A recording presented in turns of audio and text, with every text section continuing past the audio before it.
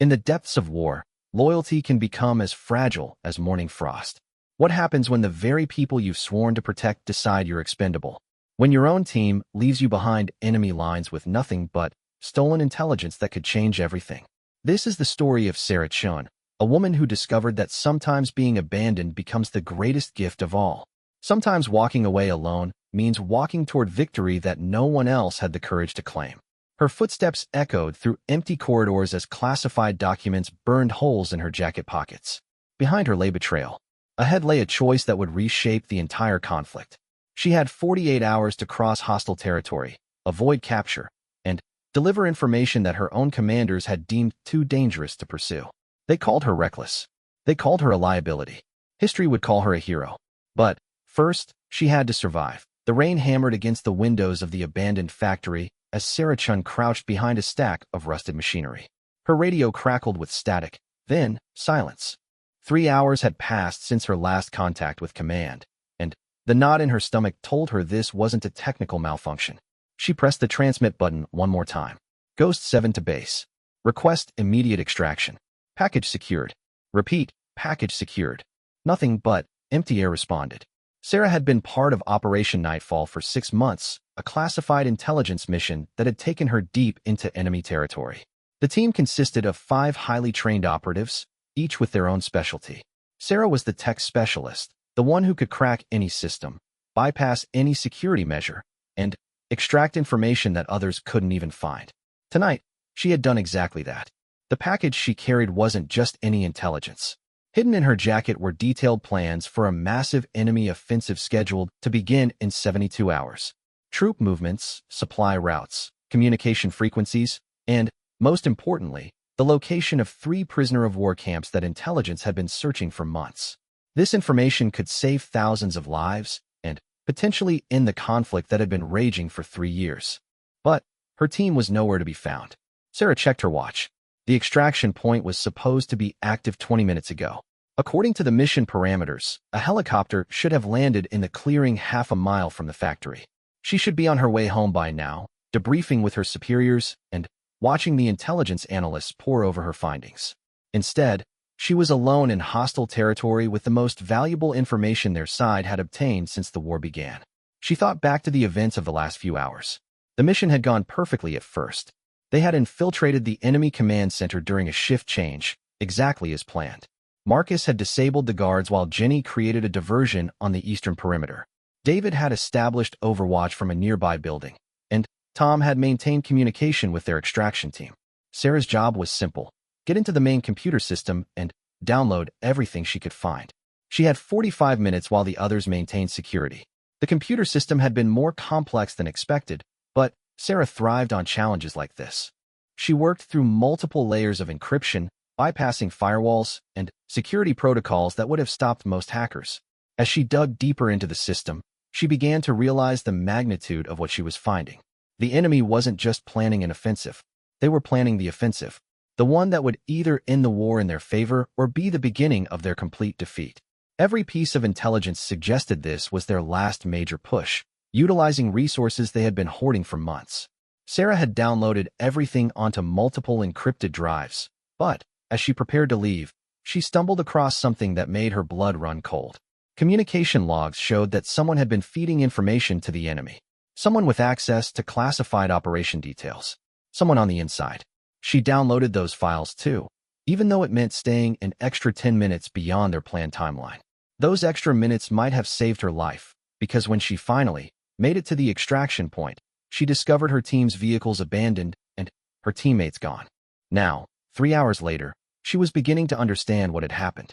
Sarah opened her secure phone and scrolled through the communication logs she had copied.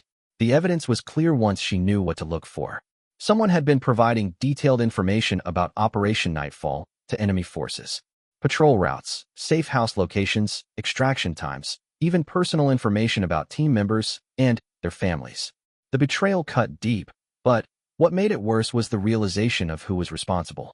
Tom Rodriguez had been her partner for 2 years. They had been through 17 missions together. She had saved his life in Kosovo, and he had returned the favor in Syria. She trusted him more than anyone else on the team. The evidence showed that Tom had been compromising operations for at least 8 months. How many agents had been captured or killed because of information he provided? How many missions had failed because the enemy knew they were coming? Sarah felt sick, but she forced herself to keep reading. The most recent communications showed that Tom had informed the enemy about tonight's mission. They knew about the extraction point. They knew about the timing. They probably knew about the intelligence Sarah had obtained, which meant they would be coming for her. Sarah gathered her equipment and moved toward the factory's rear exit. She needed to get away from this area immediately. The intelligence she carried was too valuable to risk, and now she understood why her team had vanished. They had either been captured or Tom had convinced them to abort the mission for some fabricated reason. Either way, she was on her own. As she prepared to leave the factory, Sarah heard vehicles approaching. Multiple engines, moving fast. She peered through a broken window and saw 3 enemy patrols converging on the building. They knew exactly where she was. Sarah grabbed her pack and ran. The next 20 minutes were a blur of movement through dark streets and abandoned buildings. Sarah had trained for situations like this, but theory was different from reality. Every shadow could hide an enemy soldier. Every sound could be her last warning before capture.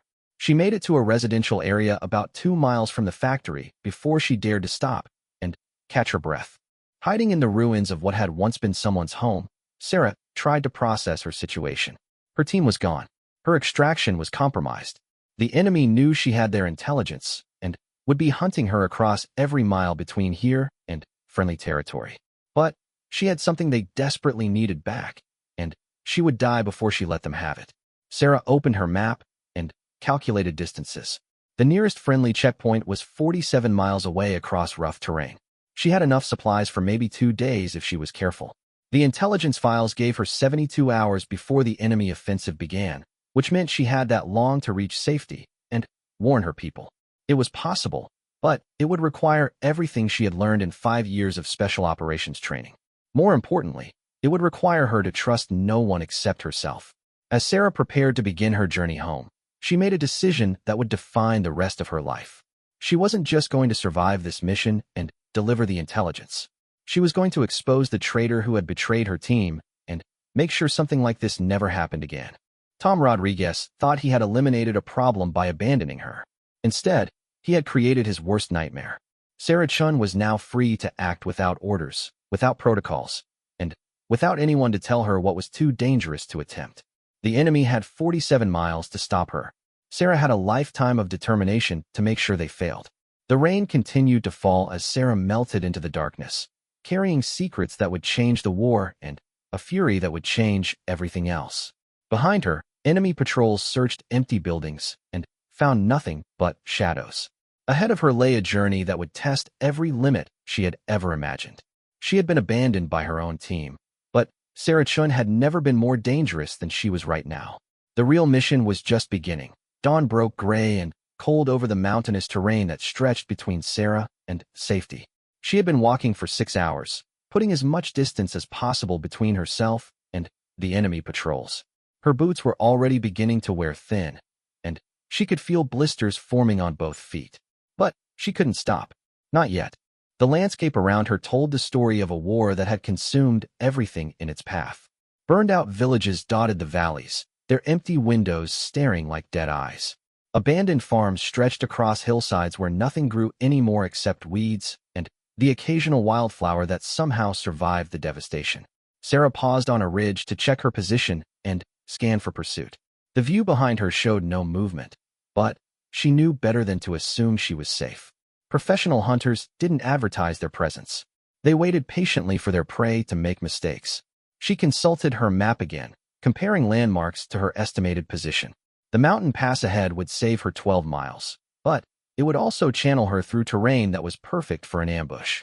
The longer route around the mountains would take an extra day she didn't have. Sarah made her choice and started climbing. The intelligence files in her pack felt heavier with each step, even though they weighed almost nothing. She knew their contents by memory now, having studied them during her few rest breaks. The enemy offensive was massive in scope, involving 3 full divisions and support elements that suggested they were committing everything to this final push. But it was the prisoner camp locations that haunted her most. Satellite images showed hundreds of captured soldiers and civilians being held in conditions that violated every international law ever written. Some of these people had been missing for over a year. Their families had given up hope of ever seeing them again. Sarah thought about her own family as she navigated through rocky terrain that required constant attention to avoid a fall that could end her mission permanently. Her parents lived in a small town 3,000 miles from any fighting, but they understood the risks of her work. They had raised her to believe that some things were worth any sacrifice, and freedom was at the top of that list. Her sister Emma worked as a nurse in a military hospital, treating soldiers who came back broken from battles like the ones Sarah prevented. Emma had never asked what Sarah did during her long absences, but she always hugged her a little tighter when she returned home.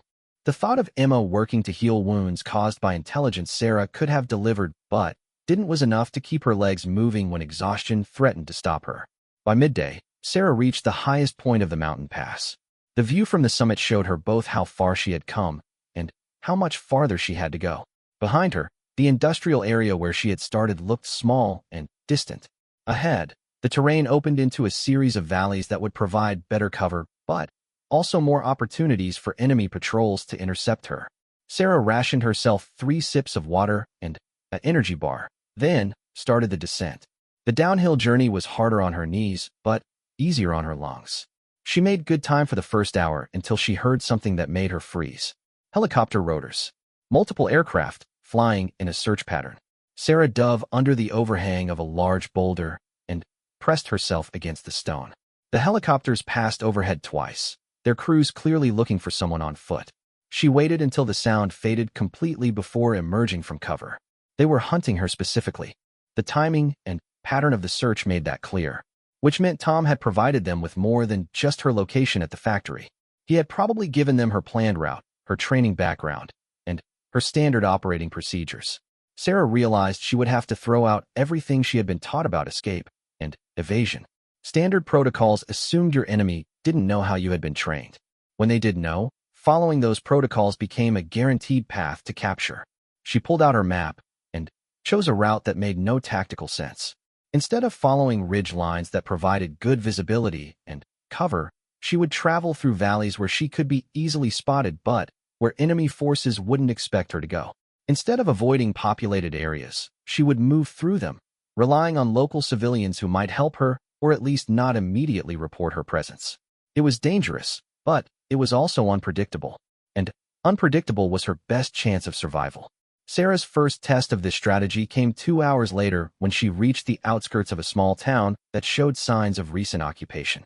Enemy checkpoints controlled the main roads, but the residential areas appeared to be patrolled less frequently. She studied the town from concealment, noting patrol patterns and timing. The soldiers were professional, but not particularly alert. They were going through the motions of security without the heightened awareness that suggested they were actively hunting someone specific, which meant either the helicopter crews hadn't reported her location or communication between different enemy units was poor. Sarah decided to test that assumption.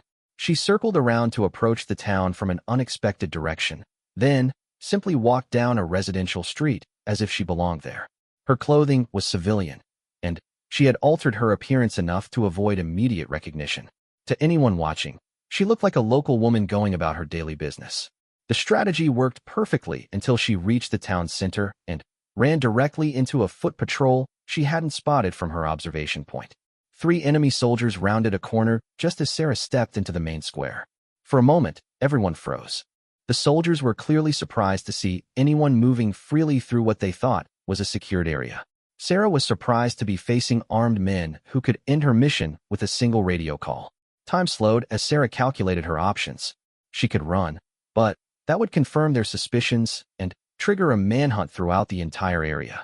She could fight, but 3 armed soldiers would overwhelm her before she could disable all of them. Or she could continue her strategy of hiding in plain sight. Sarah smiled and waved at the soldiers, then called out in the local language, asking if they knew where she could buy bread for her children. Her accent wasn't perfect, but it was good enough to create doubt about her identity. The soldiers exchanged glances. One of them started to raise his radio, then stopped. They were clearly unsure what to do about a civilian woman who seemed more concerned about finding food than about their presence.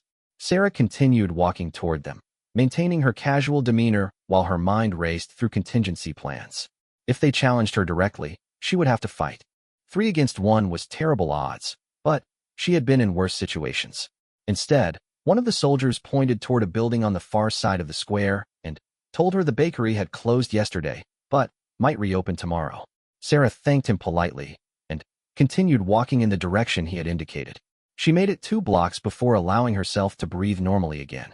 The rest of her passage through the town went smoothly. She even stopped at a working shop to buy supplies, using currency she had taken from the enemy facility. The shopkeeper was suspicious, but accepted her money without asking questions that could have exposed her. By evening, Sarah was back in open terrain with 12 miles behind her and 35 still ahead. She found shelter in an abandoned farmhouse and allowed herself 4 hours of sleep, setting internal alarms that would wake her well before dawn. The intelligence files lay beside her as she rested, and Sarah found herself thinking about the responsibility she carried. Thousands of people were counting on information they didn't even know existed. Soldiers who would die in the coming offensive if their commanders couldn't prepare for what was coming. Prisoners who would never see freedom if their locations remained secret. Families who would lose everything if this war continued for another year. Tom Rodriguez had betrayed all of them when he chose money over loyalty. But Sarah would not betray them by failing to complete what he had tried to sabotage. When she woke 3 hours later, Sarah felt stronger than she had since the mission began. Her body was adapting to the constant movement, and her mind was finding clarity in the simplicity of her purpose. She had a job to do, and she was going to do it. The night sky was clear as she resumed her journey, stars providing just enough light to navigate without using a flashlight that could give away her position. Sarah moved through the darkness like a ghost, covering ground steadily while avoiding the areas most likely to harbor enemy patrols. Behind her, the town slept peacefully, its residents unaware that a woman carrying the future of the war had passed through their streets. Ahead of her lay another day of challenges that would test every skill she possessed. But Sarah Chun was no longer the same person who had been abandoned by her team 36 hours ago. She had become something more dangerous than any enemy patrol could handle. She had become a woman with nothing left to lose and everything to fight for. The mission continued.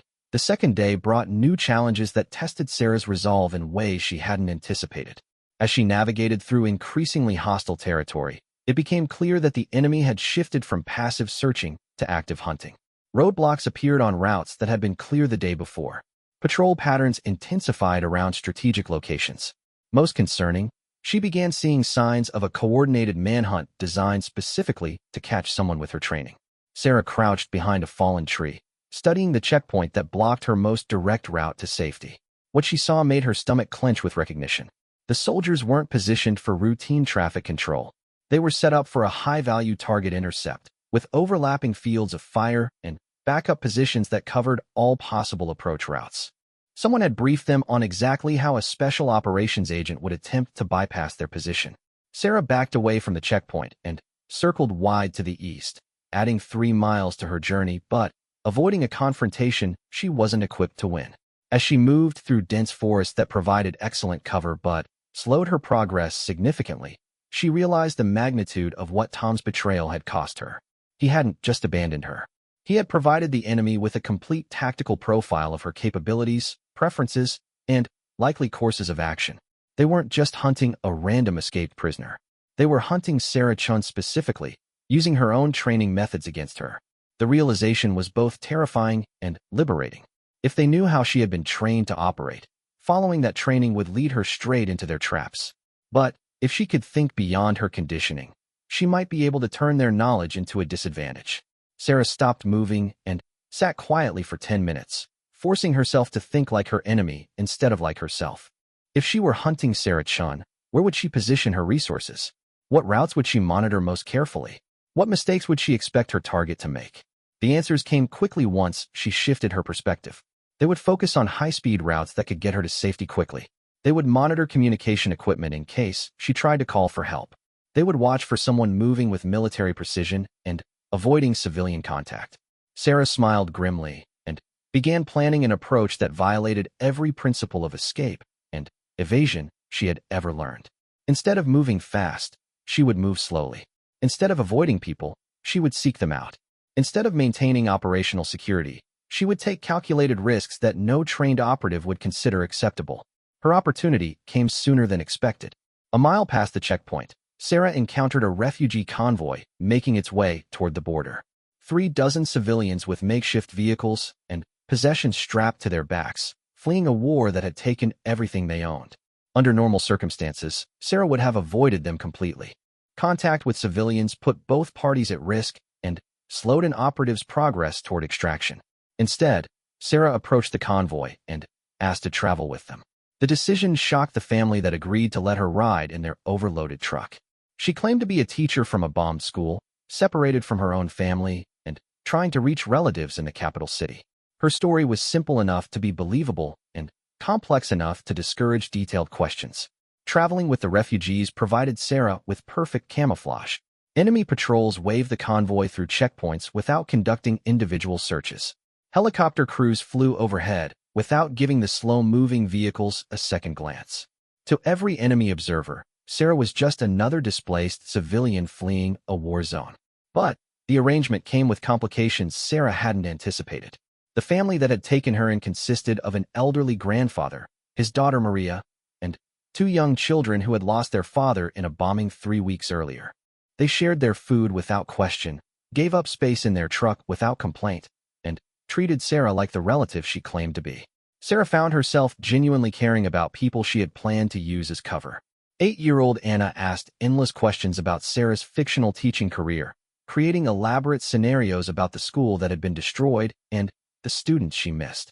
6-year-old Miguel drew pictures of the new home they would build when they reached safety, always including a room for the nice teacher who had joined their family.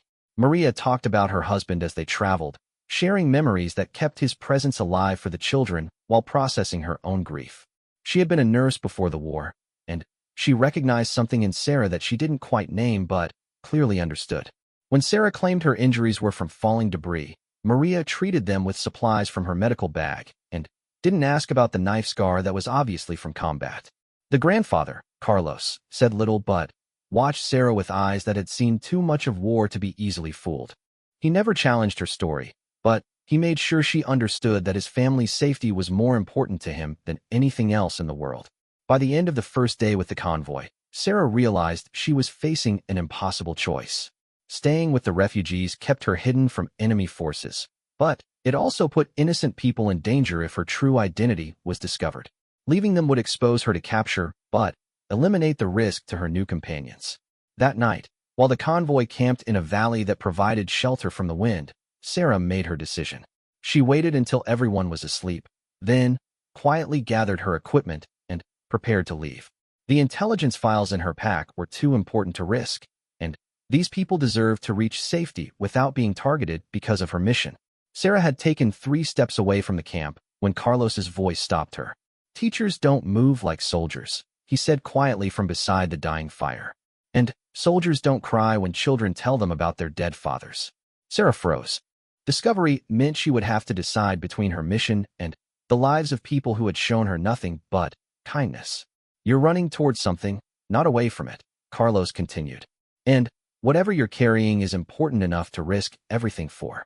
Sarah turned back toward the old man, calculating how to handle a situation her training had never covered.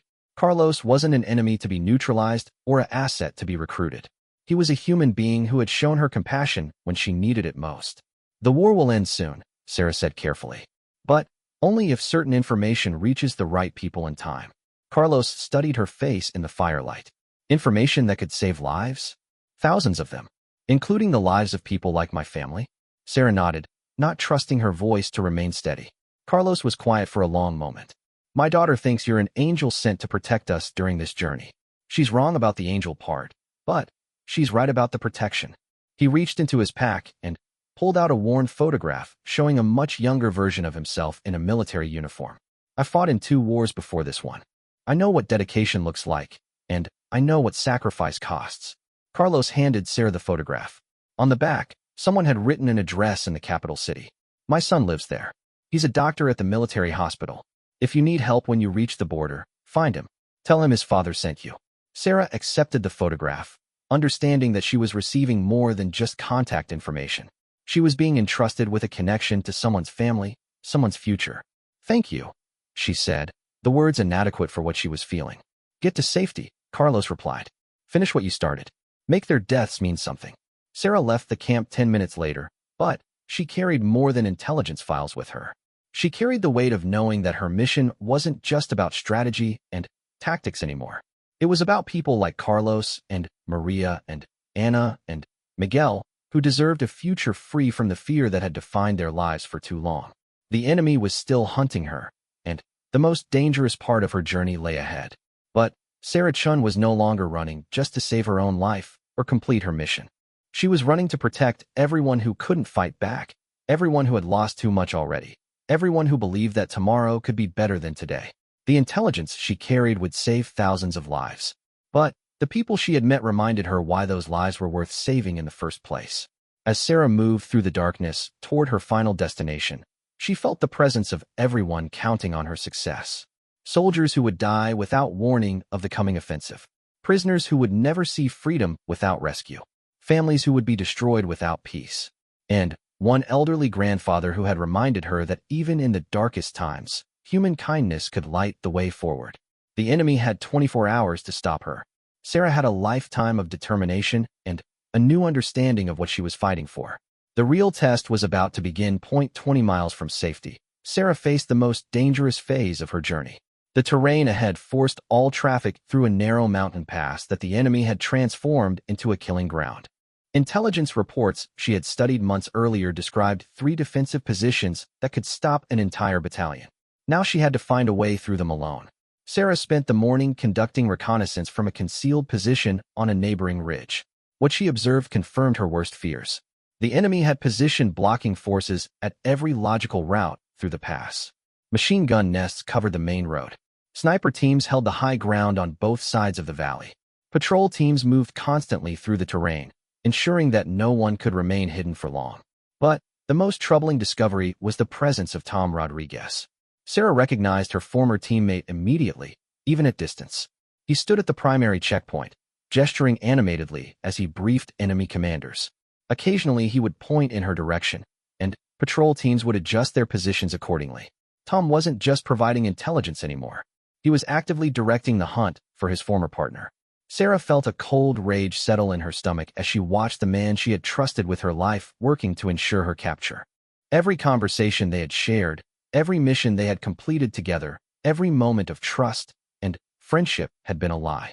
Tom had been planning this betrayal for months, maybe years. But anger wouldn't get her through the pass. Sarah forced herself to think tactically instead of emotionally. Tom's presence actually created an opportunity she could exploit. He knew her training, but he also knew her personally. He would anticipate certain behaviors based on their history together, but he might not expect her to act completely contrary to her established patterns. Sarah began planning an approach that Tom Rodriguez would never believe Sarah Chun would attempt. She waited until mid-afternoon, when patrol schedules typically experience brief gaps during shift changes. Then, she walked directly toward the checkpoint, making no attempt at concealment. Sarah had altered her appearance as much as possible with available materials. Mud darkened her hair and skin.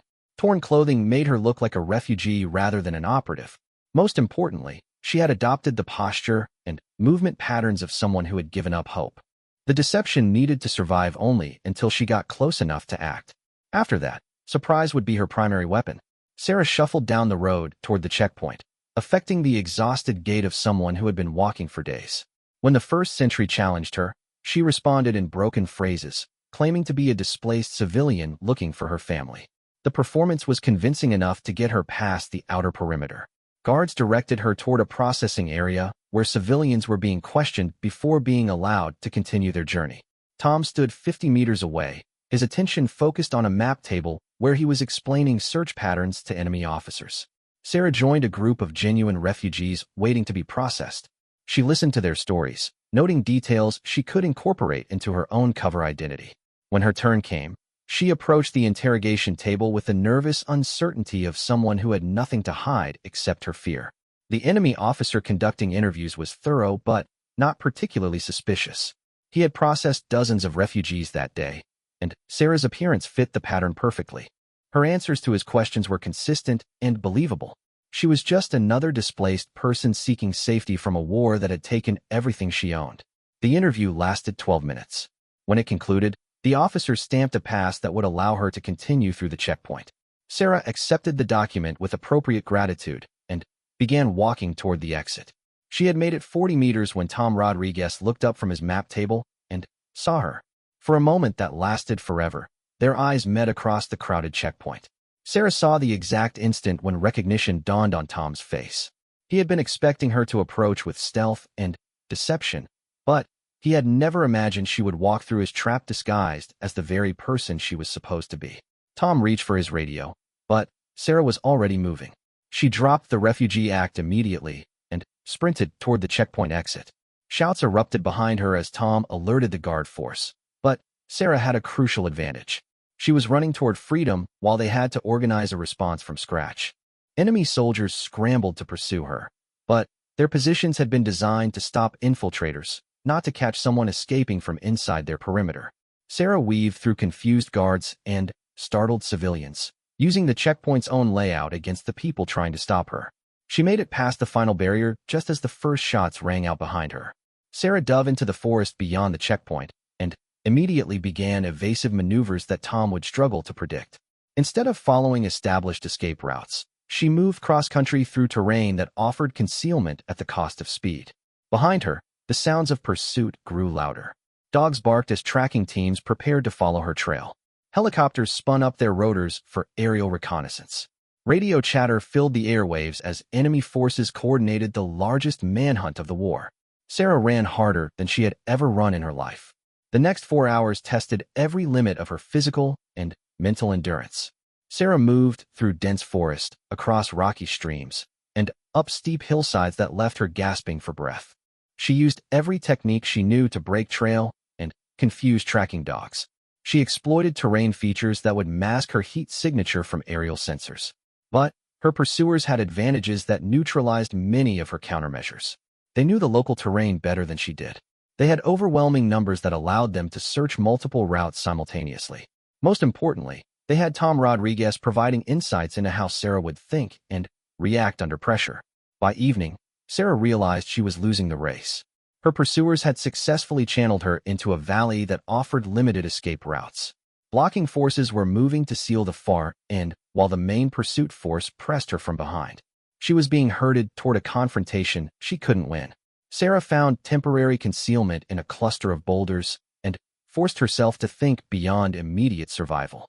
The enemy's strategy was sound, but it contained one fundamental flaw. They were so focused on capturing her that they had forgotten about the intelligence she carried. If Sarah couldn't escape with the information, she could still ensure it reached the right people. Sarah opened her satellite communication device and began uploading encrypted files to a secure server that would automatically forward them to military intelligence. The process would take 18 minutes to complete, during which time she would be completely vulnerable to discovery. She could hear her pursuers getting closer. Dogs bayed in the distance as tracking teams followed her scent. Helicopter rotors beat overhead as aerial observers searched for any sign of movement. Sarah held her breath and watched the upload progress slowly across her device screen. 15%, 22%, 38%. Voices became audible in the forest around her. Enemy soldiers were conducting a systematic search, checking every possible hiding place. Sarah estimated she had maybe 5 minutes before they reached her position. 51%, 67%, 73%. A dog barked closer than before. Footsteps crashed through underbrush as pursuit teams homed in on her location. Sarah drew her sidearm and prepared for a final confrontation that would buy time for the upload to complete. 89%, 94%, 98%. The upload completed just as the first enemy soldier rounded the boulder cluster where Sarah had taken cover. She smiled as she deleted the files from her local device, ensuring that even capture couldn't compromise the intelligence now. Sarah Chun, Tom Rodriguez called out as enemy soldiers surrounded her position. "It's over. Come out, and we can discuss terms." Sarah laughed, a sound that carried no humor whatsoever. "Terms? From someone who sold out his own teammates." "You don't understand the bigger picture," Tom replied. "This war was never about what we thought it was about. I'm trying to save lives by ending it quickly, by betraying everything we swore to protect, by being realistic about what can and can't be changed." Sarah stood up slowly, keeping her hands visible, but ready to fight if the opportunity presented itself. 20 enemy soldiers had weapons trained on her, but she felt calmer than she had in days. The intelligence was safe. The mission was complete. Whatever happened next, she had succeeded in ways that Tom could never understand. The information you stole is already in enemy hands, Tom continued. Surrendering now is your only chance to survive this. Sarah looked directly at her former partner and smiled. The information isn't in enemy hands, Tom. It's in friendly hands, right where it belongs. The expression on Tom's face told Sarah everything she needed to know. He had assumed her only option was physical escape with the intelligence files. He had never considered that she might find another way to complete the mission. You uploaded it, Tom said, his voice flat with the realization of what had just happened. 18 minutes ago. Your friends here are about to discover that surrounding me was the worst tactical decision they could have made. Because now they're all in exactly the position my people need them to be in. The night sky suddenly erupted with light as flares illuminated the valley. Fighter aircraft screamed overhead as the rescue mission Sarah had triggered with her data upload commenced. Artillery rounds began falling on enemy positions that intelligence had identified using the information she had provided. Sarah Chun had been abandoned by her team, hunted across hostile territory, and cornered by overwhelming enemy forces. But she had never stopped fighting, and she had never stopped believing in the mission that brought her here. Now, as rescue helicopters descended toward her position and enemy forces scattered to avoid airstrikes, Sarah realized that being abandoned had actually set her free to accomplish something no team could have achieved. Sometimes walking out alone was exactly what victory required. The rescue helicopter touched down in a storm of dust and gunfire as enemy forces made desperate attempts to prevent Sarah's extraction. She sprinted across open ground while covering fire from the aircraft's door gunners kept hostile soldiers pinned behind whatever cover they could find. Tom Rodriguez was nowhere to be seen, having vanished into the chaos the moment friendly air support arrived. Sarah dove through the helicopter's open door just as the pilot lifted off, climbing rapidly to avoid ground fire while banking toward friendly territory. As the aircraft gained altitude, Sarah caught her final glimpse of the valley where she had nearly been captured. Enemy vehicles were scattering in all directions as airstrikes continued to pummel their positions. The intelligence she had uploaded was already bearing fruit. During the 40-minute flight to safety, Sarah learned the magnitude of what her mission had accomplished. The rescue pilot briefed her on developments that had occurred while she was being hunted through the mountains. Military commanders had used her intelligence to launch preemptive strikes against enemy staging areas. Supply convoys had been intercepted before they could reach forward positions. Communication networks had been disrupted using frequencies she had provided. Most importantly, rescue operations were already underway at the prisoner camps she had located. Initial reports show over 400 prisoners recovered from the first camp, the pilot told her through the aircraft's intercom system. Many of them had been missing for more than a year. Their families thought they were dead. Sarah closed her eyes and thought about Carlos and his family, probably still traveling toward the border in their overloaded truck. They would wake up tomorrow in a world where the war was ending instead of escalating. Anna and Miguel would grow up without the constant fear that had defined their early childhood. The helicopter landed at a secure military base where Sarah was immediately rushed into debriefing sessions that lasted 18 hours. Intelligence analysts wanted every detail about enemy positions, troop movements, and operational capabilities. Military commanders needed to understand the full scope of the planned offensive she had disrupted. But the most difficult conversation came when counterintelligence specialists questioned her about Tom Rodriguez's betrayal. "How long do you think he was compromised?" asked Colonel Martinez, the officer leading the investigation into Tom's activities. Sarah had been preparing for this question since the moment she discovered Tom's treachery. At least 8 months, possibly longer. The enemy knew too much about our standard operating procedures. That kind of intelligence takes time to develop. Did you notice any behavioral changes that might have indicated his compromised status? Nothing obvious.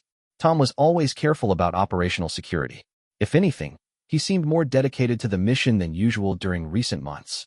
Colonel Martinez made notes in a file that Sarah suspected contained evidence she hadn't seen yet. "We're going to need you to review communication logs and mission reports going back 2 years. Anything that might help us understand the full extent of his betrayal." The investigation would take weeks to complete, but early findings suggested Tom's treachery had contributed to the failure of at least 6 operations and the deaths of 11 operatives. Sarah found herself wondering how many of those deaths could have been prevented if someone had spotted the signs of Tom's divided loyalty. But those questions would have to wait. 3 days after her rescue, Sarah received orders for a new mission that would bring her story full circle. Enemy forces were attempting to regroup after the devastating preemptive strikes that had shattered their planned offensive. Intelligence indicated they were consolidating around a fortified position in the same region where Sarah's original mission had begun. Military commanders wanted a reconnaissance team to assess enemy capabilities and identify targets for follow-up operations. Sarah volunteered immediately. "You just completed the most successful solo intelligence operation in the war," Colonel Martinez pointed out. "No one would question your decision to request extended leave." "The job isn't finished," Sarah replied. "Tom Rodriguez is still out there, and enemy forces are still operational. I want to be part of finishing what we started."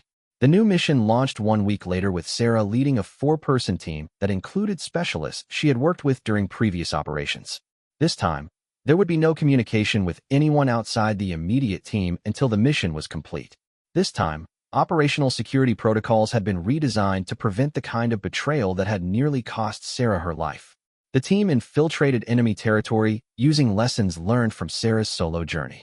They moved slowly through civilian areas, relied on local contacts for intelligence, and avoided the predictable routes that standard training would suggest. Most importantly, they trusted no one outside their immediate group with information that could compromise the operation. What they discovered exceeded all expectations. Enemy forces weren't just regrouping. They were preparing for a complete withdrawal from the region. The failed offensive and subsequent airstrikes had shattered their military capability to such an extent that continuing the fight was impossible. Logistics networks had collapsed. Command structures had been decimated. Morale had fallen to levels that made effective resistance unlikely. But the most significant discovery came when Sarah's team located the enemy command post and observed a familiar figure among the officers present. Tom Rodriguez was arguing with enemy commanders about evacuation priorities. Even at distance, Sarah could see that his former teammate was fighting to secure transport for himself and what appeared to be a considerable amount of stolen equipment and documents. Sarah made a decision that went beyond her mission parameters. She positioned her team to observe the command post while she approached the facility alone. Tom's betrayal had cost too many lives and compromised too many operations to be resolved through normal legal procedures. Some debts required personal settlement. Sarah infiltrated the enemy command post using skills she had refined during her solo journey. She moved through their security perimeter like smoke, exploiting gaps in coverage and timing her movements to avoid detection. Tom had taught enemy forces how to hunt Sarah Chun, but he had never anticipated that Sarah Chun might come hunting him. She found Tom in a communications bunker, destroying files that could implicate him in war crimes. He was so focused on eliminating evidence that he didn't notice Sarah's presence until she spoke. "Hello, Tom." Tom spun around, his face showing shock followed immediately by fear. "Sarah, I heard you had been killed during extraction." Disappointed, Tom's hand moved toward a sidearm, but stopped when Sarah shook her head slightly. "I wouldn't," she advised quietly.